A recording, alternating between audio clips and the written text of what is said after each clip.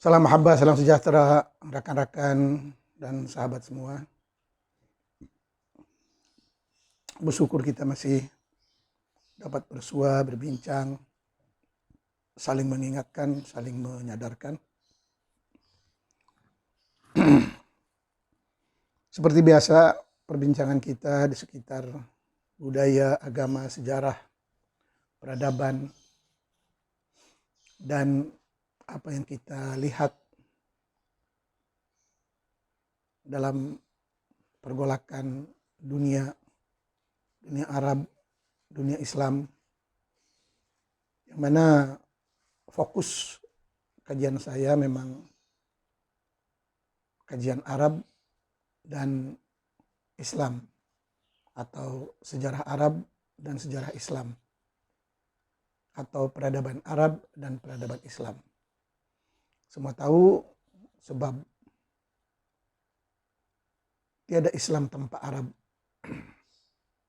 Arablah sumber Islam.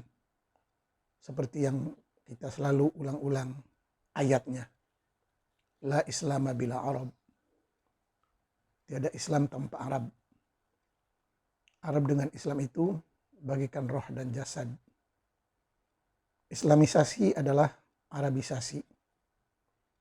Kemana saja Islam tersebar, sekaligus tersebar juga Arab, kebudayaan Arab, tradisi Arab,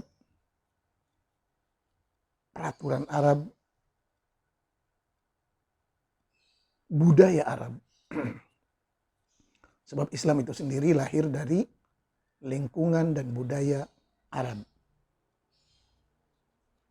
Ini yang kita selalu ulang-ulang ayat awal.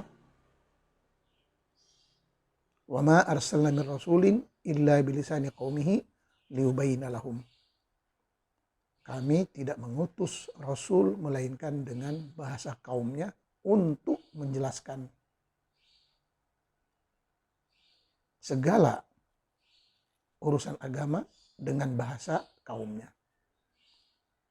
Nabi Muhammad dari Quraisy diutus untuk Arab Quraisy di Mekah dan menggunakan bahasa Arab Quraisy. Tidak ada hubungannya dengan Arab lain. Arab sama juga dengan bangsa lain, banyak kabilah, banyak suku. Tapi Quran menekankan hanya Arab Quraisy. Li'ila fi Quraisyin falyabudu rabb hadzal bait. Jelas. Ayat lain juga menegaskan litunzira ummal qura wa man haulaha. Agar kamu memberi peringatan kepada warga Ummul Qura, Quraisy. Tidak ada kaitannya dengan kabilah lain. Ghatafan, Khazraj, Aus, dan lain-lain dan lain-lain. Apatah lagi dengan bangsa Indonesia.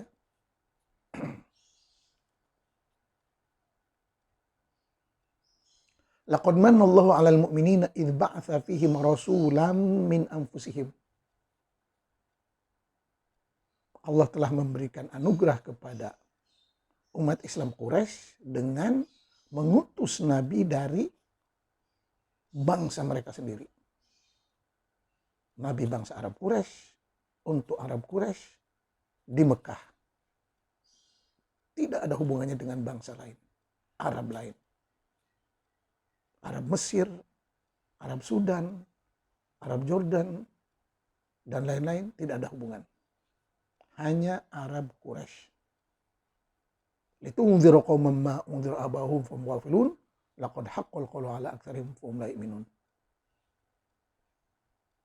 Terus ada yang bertanya, bagaimana umat yang tidak ada nabi? Quran menjawab, wa ma kunna mu'adzibina hatta nab'atsa rasula. Kami tidak akan menyiksa kaum yang tidak memiliki rasul. Jelas. Mana-mana kaum yang tidak memiliki Rasul tidak akan disiksa. Tidak ada hisab, tidak ada surga, tidak ada neraka. Yang penting hidup nyaman, damai, bahagia, berkarya, berkarya, berkarya. Tunjukkan hasil karya. Itu sebabnya kita nampak hari ini negara-negara yang tidak disentuh dengan ajaran Nabi, semuanya aman, damai, sejahtera. Dan rakyatnya pintar-pintar. Tidak ada Nabi di Jepang, tidak ada Nabi di Cina, tidak ada Nabi di Eropa, tidak ada Nabi di Amerika. Semuanya maju. Justru yang ada Nabi malah ditimpa bala bencana, malapetaka. Sesuai dengan ayat, "Wa ma arsalna min nabiyyin fi qaryatin illa wa akhadna ahlaha bil ba'sa'i wad dharra." Bisa dicari ayat ini. Setiap kali Allah utus Nabi kepada suatu kampung, qaryah, negeri, maka negeri itu akan ditimpa bala bencana, peperangan, fitnah, perbalahan dan sebagainya. Ini kita nampak. Negara-negara yang terus hanyut dalam ajaran para nabi tidak pernah berhenti dari peperangan, bencana, pergaduhan, pembunuhan yang terus darah mengalir atas nama agama. Hari ini kita coba tekankan tentang konsep agama dan nasionalisme. Tepatnya Islam dan nasionalisme. Kita saksikan pada hari ini negara-negara Arab sudah mulai sadar. Sebelumnya negara-negara yang mayoritas Muslim sudah mulai sadar. Ingin memisahkan negaranya, bangsanya dari Arab Badawi Quraisy.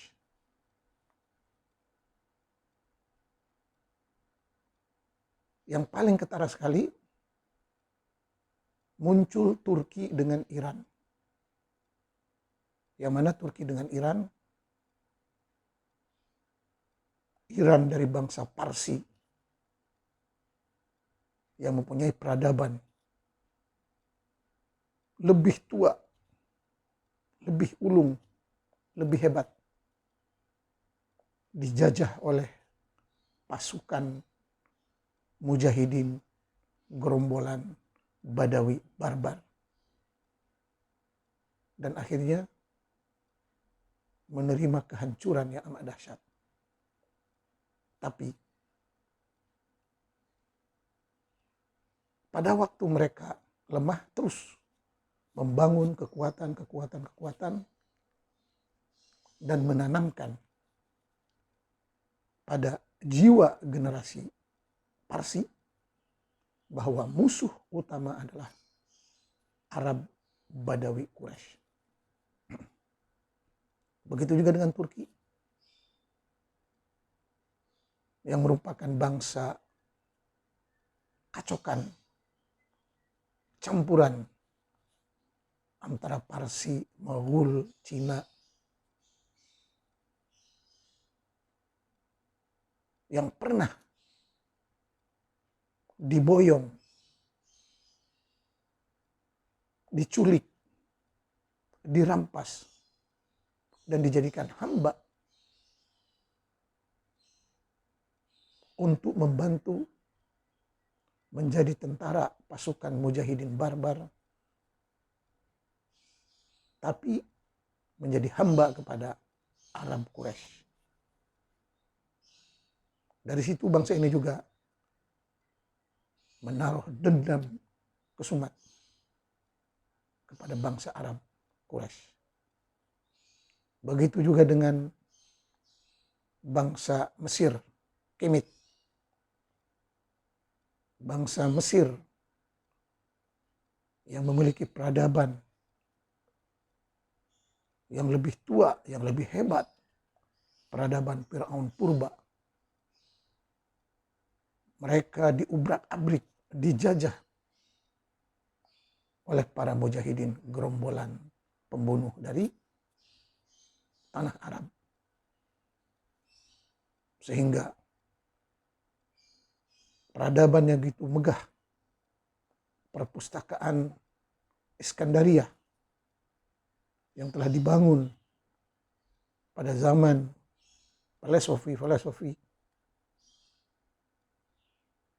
Yunani dibakar oleh tentara Amr bin As, dan Mesir dijadikan sapi perahan untuk memperkaya negeri Khalifah Umar di Madinah. Dengan ini terus mereka pun menyimpan dendam terhadap bangsa Arab barbar yang menjajah seantero dunia atas nama agama dengan pedang, ancaman, rasis, fasis, dan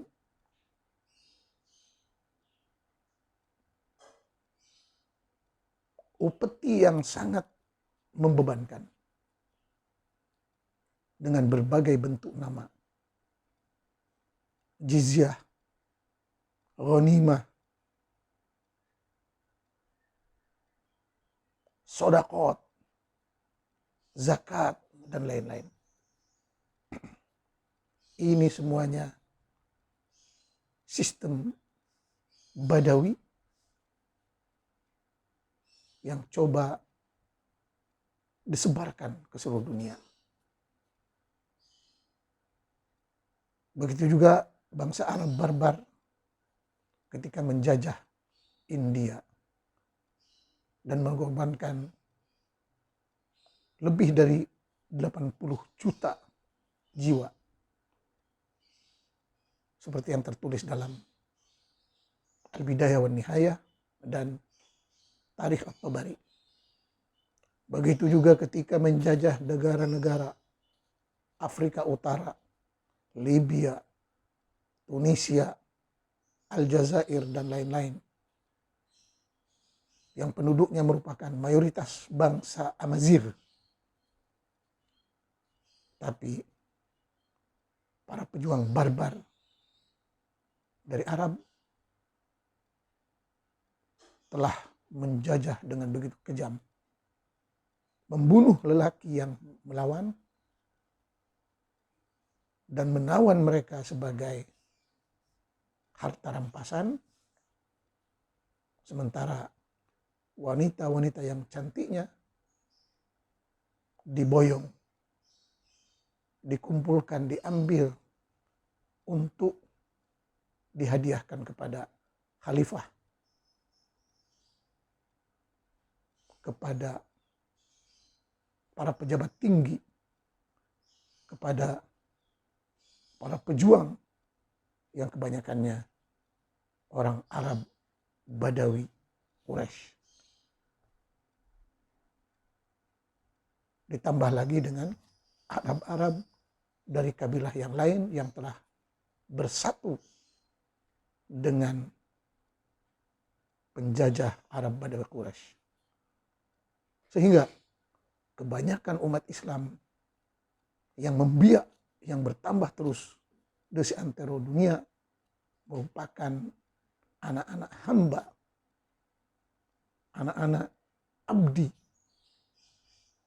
anak-anak para tawanan perang yang diperkosa, yang dirampas secara kejam. Dan anak cucu inilah yang sekarang mempertahankan kezaliman Islam, ajaran Islam, ideologi Islam yang jelas-jelas ideologi Arab Badawi Quraisy yang sudah kedaluarsa dan tidak sesuai dengan kemajuan zaman.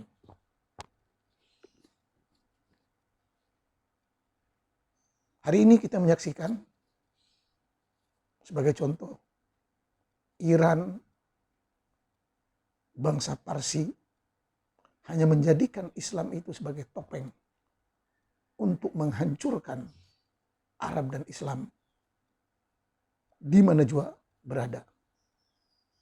Contoh, pengaruh Iran telah masuk ke Hamas, Ikhwanul Muslimin. Akhirnya Hamas hancur. Telah masuk ke Hizbullah Lubnan. Syiah, Arab Syiah, akhirnya hancur. Telah masuk ke Syria. Dan Syria hari ini menjadi negara kacau dan berpecah luar dan dalam. Juga Palestina, tidak jelas arahnya kemana. Masuk lagi ke Libya, masuk juga ke Mesir yang sedang diacak-acak, masuk ke Yaman,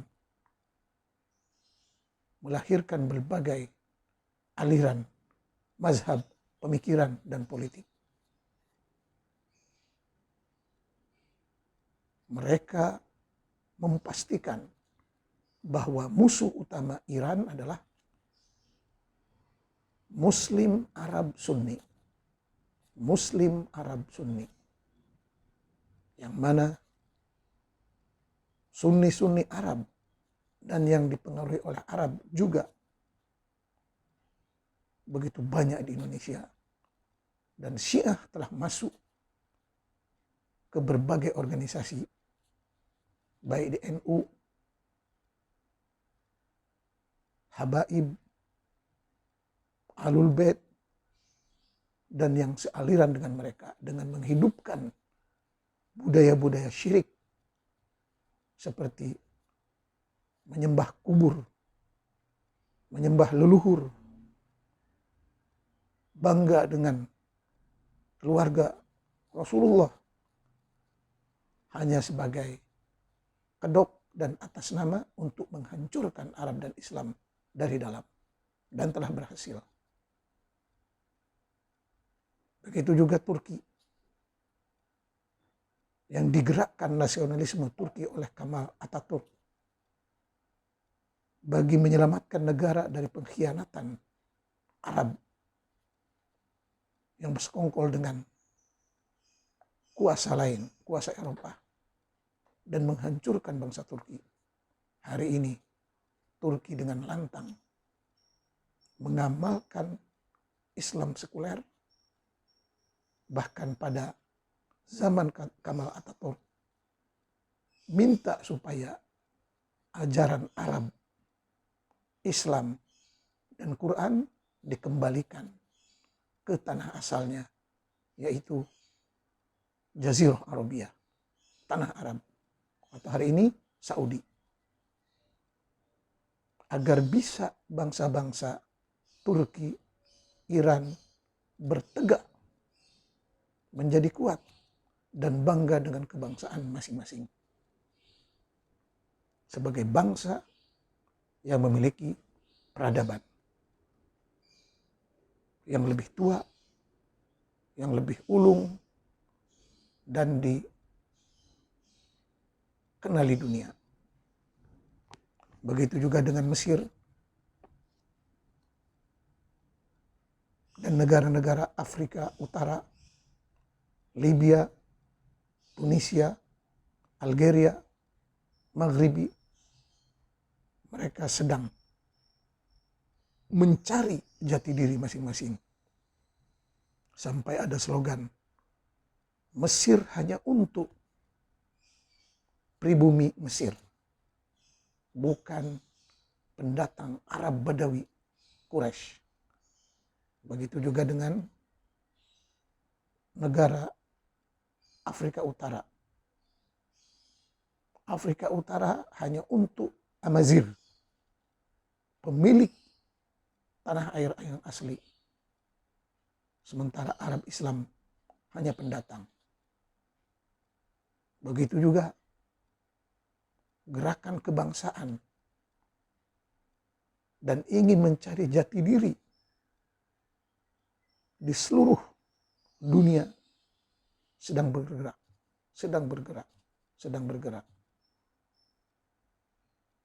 Tapi kendalanya, hambatannya adalah masjid-masjid, sekolah-sekolah agama, universitas agama, terutama Islam, yang masih berkiblat ke ajaran Arab Badawi padang pasir.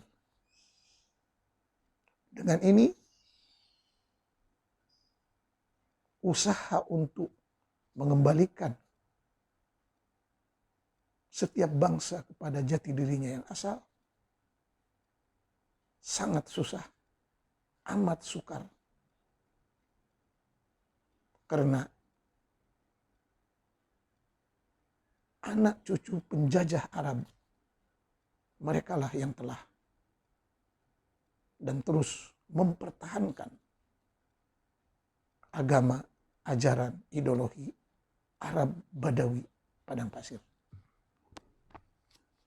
Padahal sudah jelas, Islam, agama Islam, ajaran Islam hanya untuk Arab Quraisy.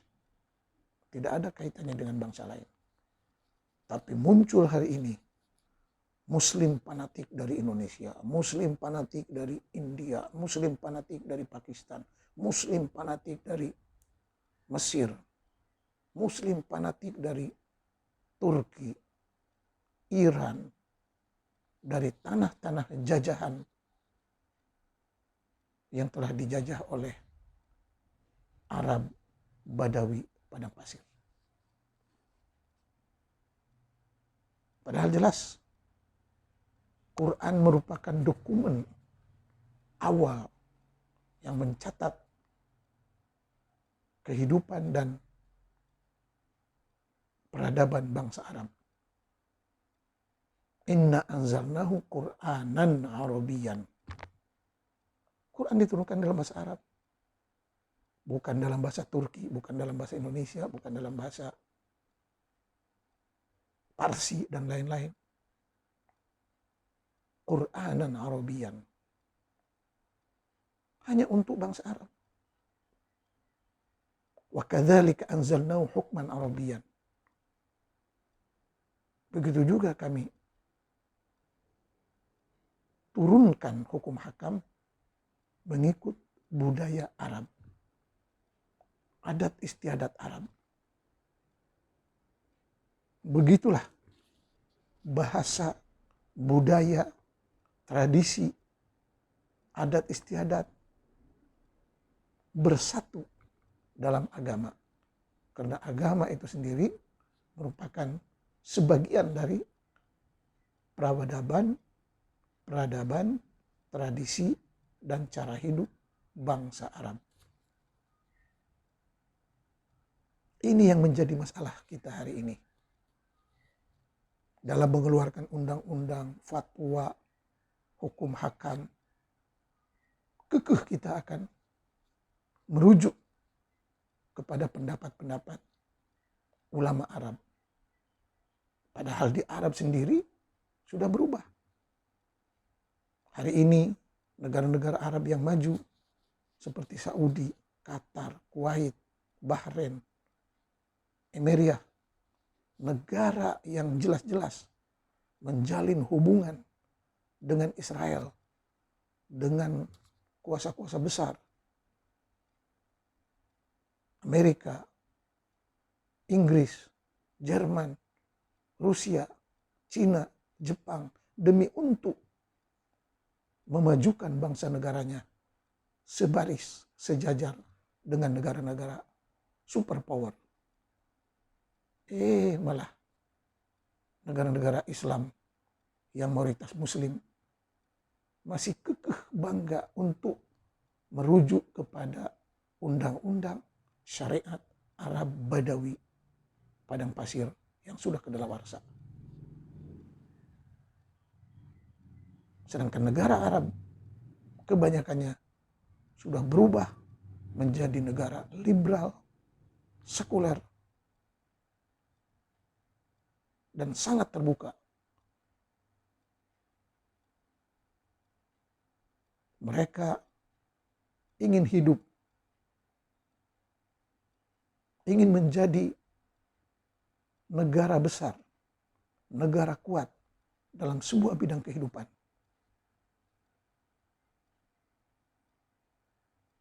Bahkan perbankan-perbankan yang bersifat konvensional, yang mengamalkan riba, interest, bunga, terus maju, berkembang, hebat.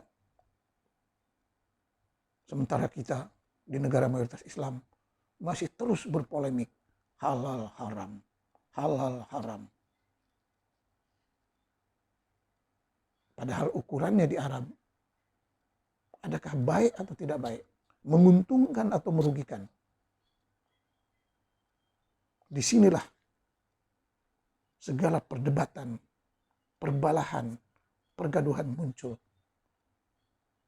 Sementara mayoritas muslim masih ingin berpegang kepada ajaran Nabi 1500 tahun ke belakang.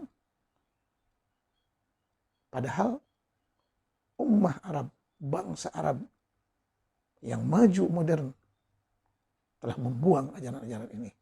Mereka hanya memilih ayat-ayat dan hadis-hadis yang menguntungkan kedudukan para raja, kedudukan para pejabat, kedudukan para pegawai besar negara. Di Indonesia sebagai contoh, kekeh berpegang kepada Imam Syafi'i atau Maliki atau Hambali atau Hanafi. Padahal di negara Arab sendiri, di negara-negara Arab sendiri, hanya sekedar label, nama, tidak pernah dipakai.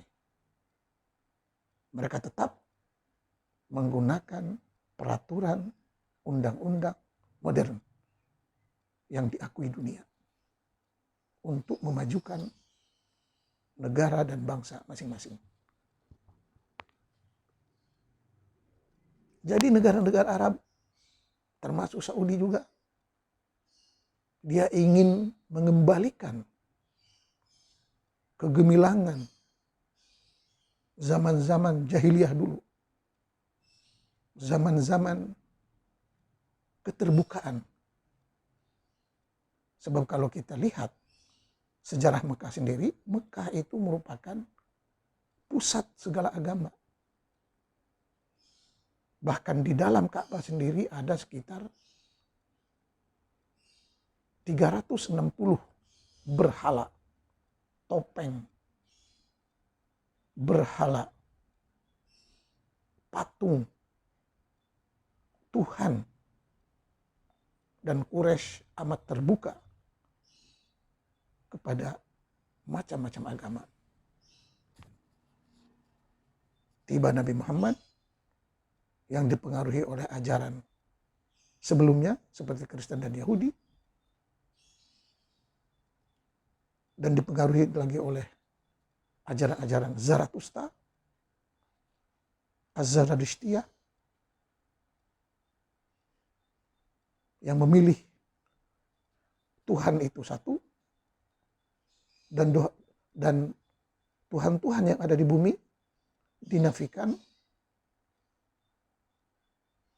dan coba Tuhan buatan Muhammad ini diterbangkan ke langit. Dan kalau mau tahu siapa Tuhan itu, mesti melalui Muhammad atau wakil-wakilnya.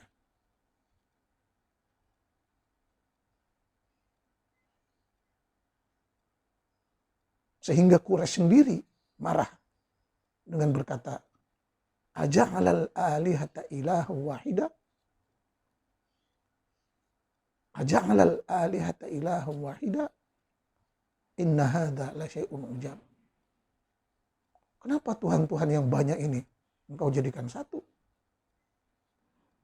Ini sangat mengherankan. Hari ini kita menyaksikan dunia, umat manusia di atas muka bumi ini. Berapa puluh agama yang ada. Berapa puluh Tuhan yang ada. Berapa puluh keyakinan yang ada. Semuanya kita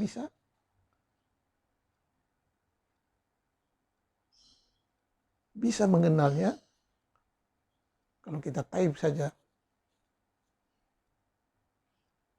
Nisbah Mu'taniqi al-Adyan, peratusan persenan umat-umat manusia yang memeluk agama-agama. Silahkan. Di seluruh dunia, di setiap negara, bahkan di setiap kota, perkampungan. Kita bisa lihat jumlahnya. Yang penting hidup damai, aman, sejahtera, harmoni, toleransi. Kita lihat sebagai contoh di Eropa yang kebanyakannya Kristen atau ateis. Mereka berlapang dada, menampung, merangkul para imigran,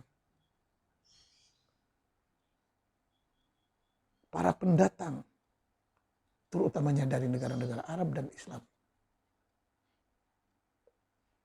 Mereka para imigran itu, terutama yang Muslim, hijrah ke sana, kabur ke sana.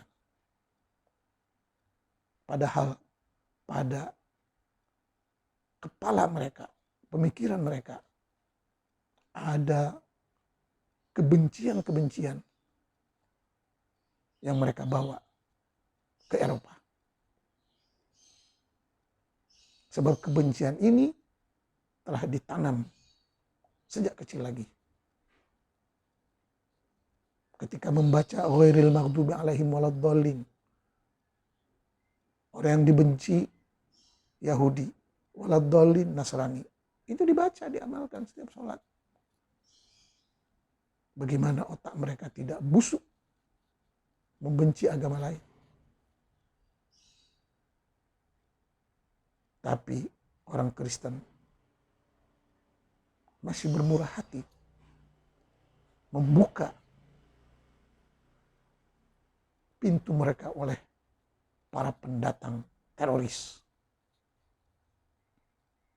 Begitu juga dengan ayat yang ditanamkan, walan tardo angkal yahudu walan nasoro hatta tattabi'a millatahum hatta tattabi'a millatahum hatta tattabi'a millatahum. Orang Yahudi dan Nasrani tidak akan redo kepada kalian umat Islam, sehingga kalian umat Islam mengikuti ajaran mereka.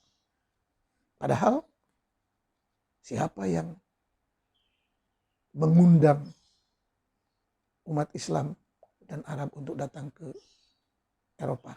Tidak ada yang mengundang. Umat Islam dan Arab kabur dari negara masing-masing untuk mencari kehidupan yang lebih nyaman, aman. Mereka makan, minum, dapat bantuan dalam negara yang sistem ekonominya dibangun dari judi, prostitusi, riba, bunga, ternak babi, buat arak, dan lain-lain, dan lain-lain. Dan ketika mereka ada di negara-negara kafir ini, merasa aman, nyaman, tentram, dan tidak sibuk tentang halal haram. Kenapa sistem ekonomi yang sama tidak mau diterapkan di negara masing-masing?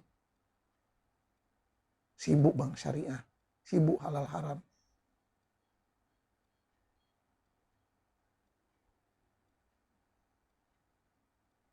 Ini sebab ajaran Islam yang ditanamkan penuh dengan kebencian, rasis, fasis.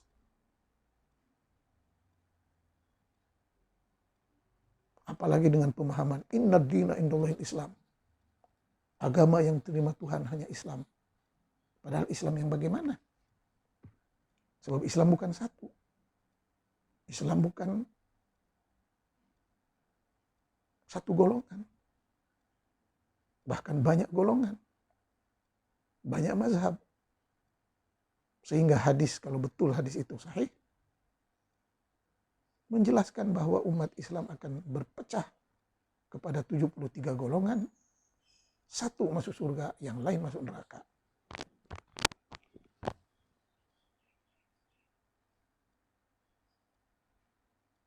Oleh sebab itu, proses untuk mewujudkan Muslim yang nasionalisme, Muslim yang terutamanya cinta Indonesia, berkorban untuk Indonesia, amat susah atau mustahil. Sebab Muslim-Muslim ini telah dicekoki kepala otaknya 24 jam untuk terus mengamalkan, menghayati ajaran Arab Badawi padang pasir. Padahal di Arab sendiri sudah berubah.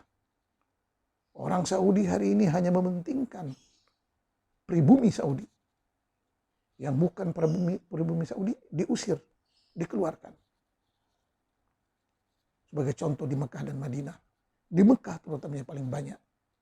Dulu Mekah itu hanya dihidupkan oleh pendatang asing. Terutamanya dari Indonesia. Warga Indonesia di sekitar Mekah itu sudah memenuhi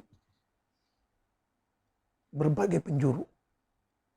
Utara, selatan, timur, barat Mekah dikuasai oleh orang Indonesia. Dari Jawa, dari Banjar, dari Aceh, dari Sunda. Di Mekah biasa, di sekeliling Mekah itu. Setelah saya tinggal di sana dan saya ubah kota Mekah, baik utara, baik selatan, baik timur, baik barat, itu banyak dari Karawang, keluarga Karawan, dari Bandung, dari Semarang, Samara, dari Madura, Mandura, dari Aceh, Asyi, dari Banjar, dari Jawa, Harajawa, dari Bugis, bahkan Abdullah Bugis, terkenal sebagai ilmuwan Mekah, Palembang, Padin, Padang, Ampenan, di sana tidak bilang Lombok, tapi Ampenan, Syekh Abdul Muhsin Ampenan,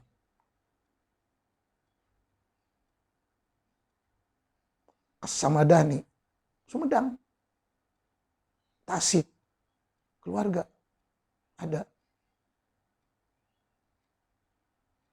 Ada lagi dari Indragiri, Boyan, Bawean, Jubel di Mekah.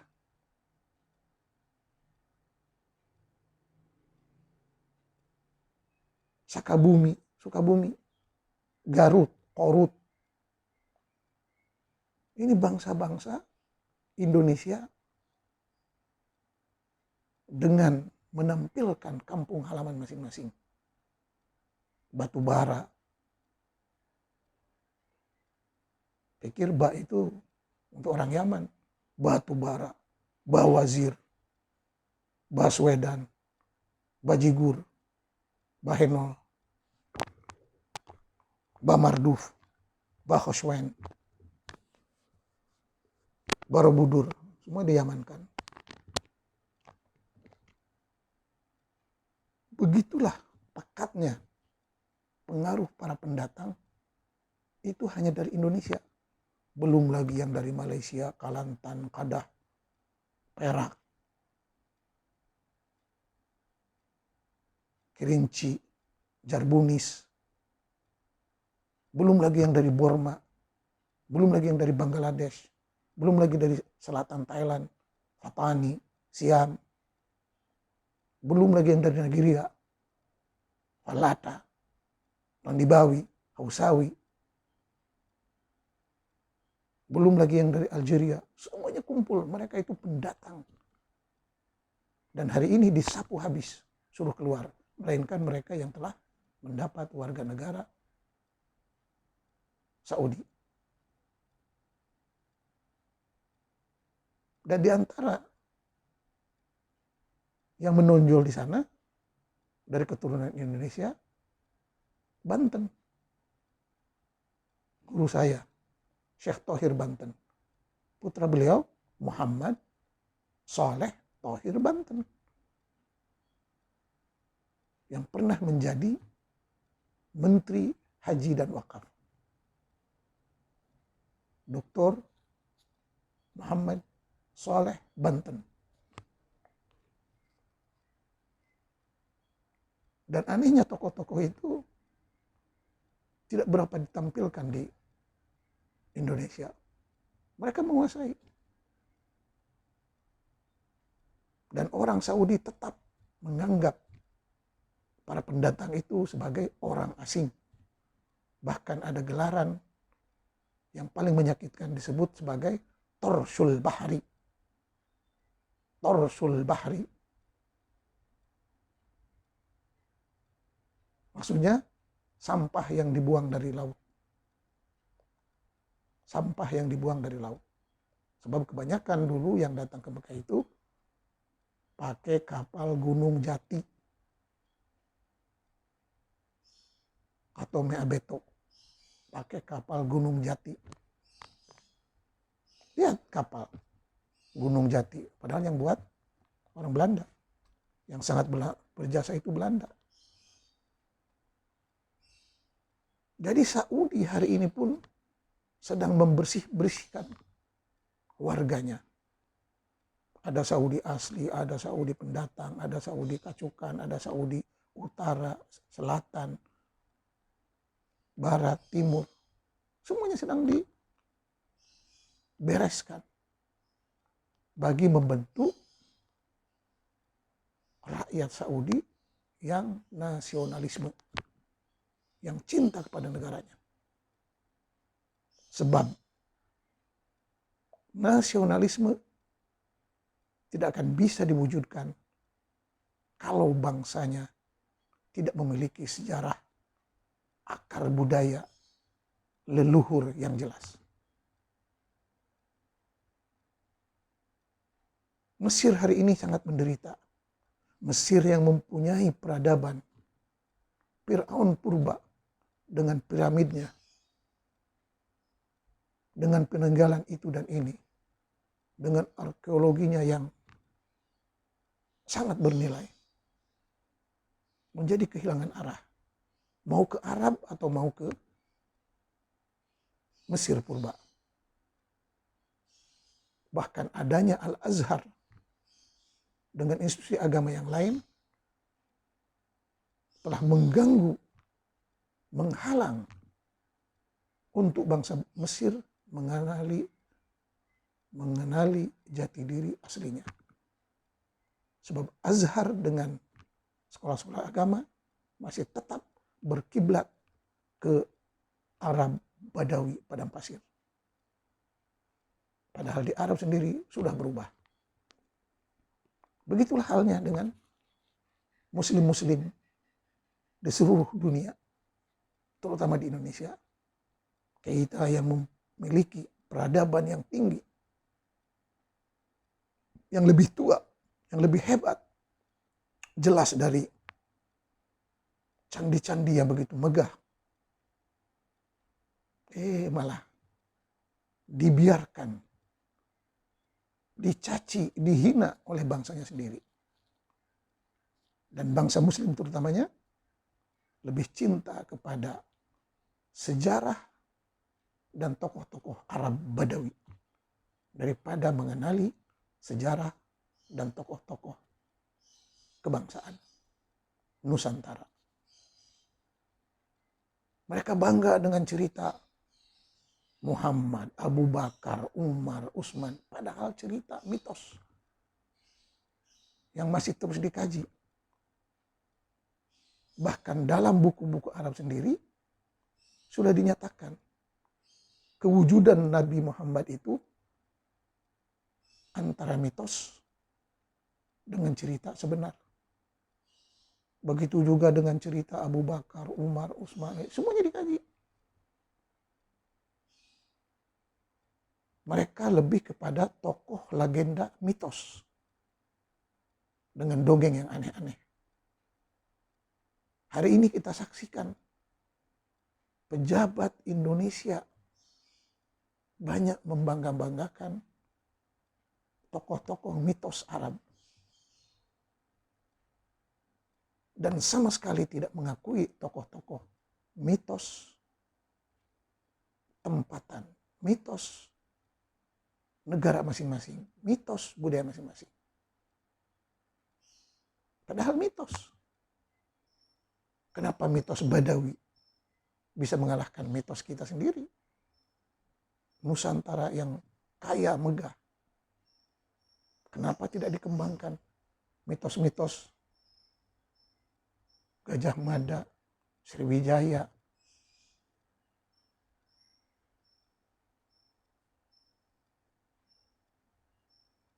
Raja Galuh, Siliwangi, Prabu itu, Prabu ini. Kenapa ini tidak dikembangkan? Padahal mitos sama mitos.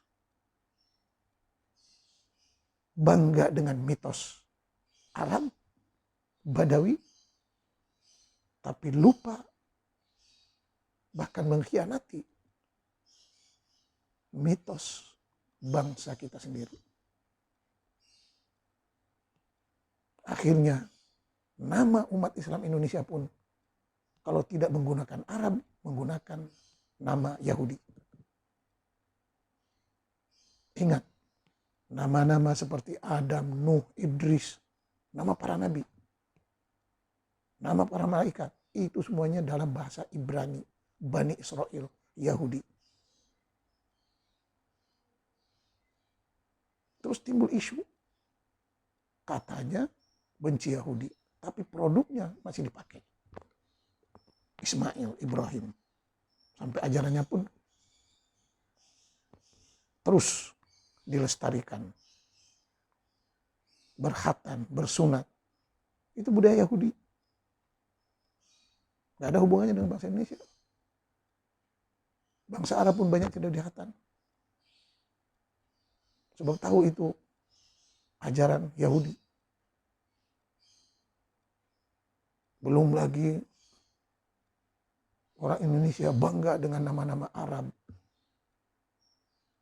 Abdu itu, Abdu ini. Kalau perempuan, Nabilah, Nabilah, Nabilah. Kenapa tidak menggunakan bahasa masing-masing, bahasa daerah masing-masing, bahasa suku masing-masing? Kalau Jawa bahasa Jawa, kalau Sunda bahasa Sunda, kalau Bugis bahasa Bugis, kalau Aceh bahasa Aceh.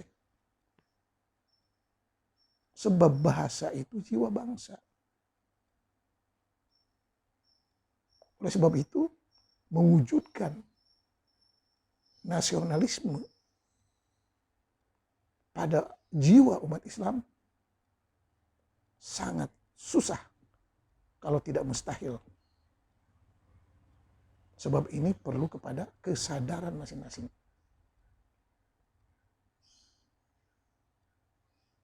Dari penghayatan bahasa pun, bahasa jiwa bangsa.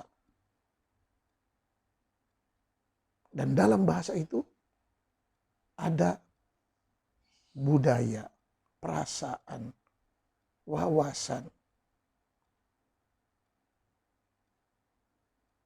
adat, peradaban, semuanya. Bahasa hanya terjemahan kepada spirit jati diri tiap-tiap bangsa.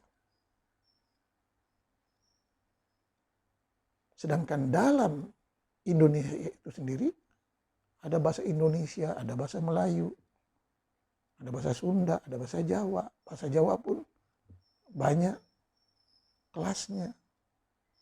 Sama juga dengan bahasa Bugis, sama juga dengan bahasa Manado, bahasa Papua.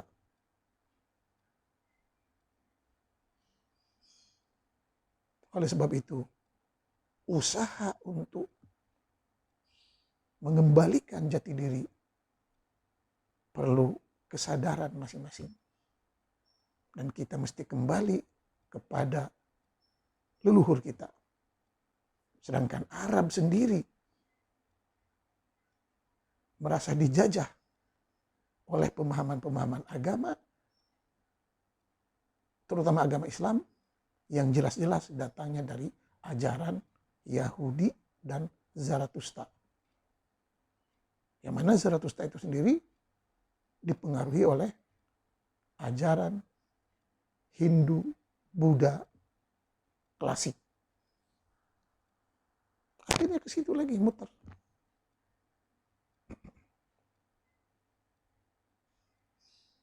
Semoga kita semakin sadar dan semakin tahu jati diri kita. Bahkan orang Arab yang sedang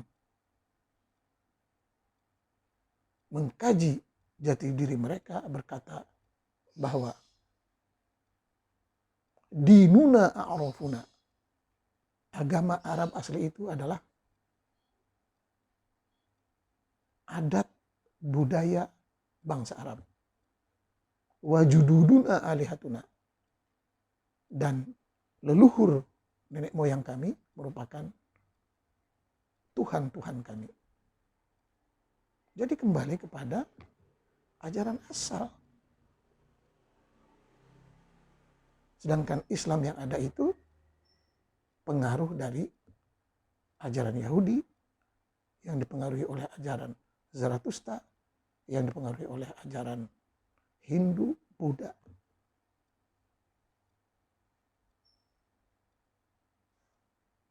Bukunya mudah kita kaji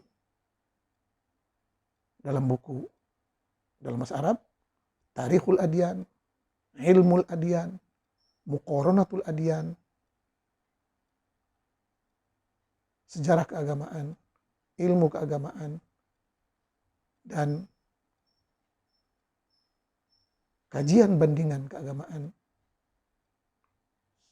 Juga ada buku Mughamarah Al-Aqlul Awal, pengembaraan akal manusia, karya Firas Sawah dalam bahasa Arab. Semoga bermanfaat. Sekian, wassalam.